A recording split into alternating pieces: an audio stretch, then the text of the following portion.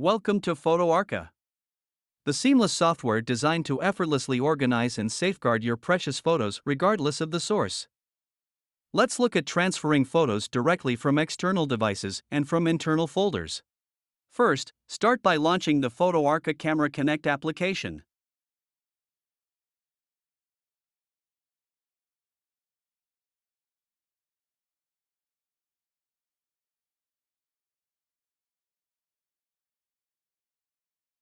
Next, press the Select from Files button.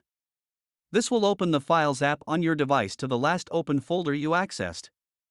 Navigate to the local folder or attached storage device, such as a card reader, thumb drive, or hard drive that contains the photos you wish to backup. If you have selected a folder that contains subfolders, all the images will be backed up. If you only want the contents of one folder, only select the desired folder. Once selected, just tap the Open button at the top right of the screen to start the magic.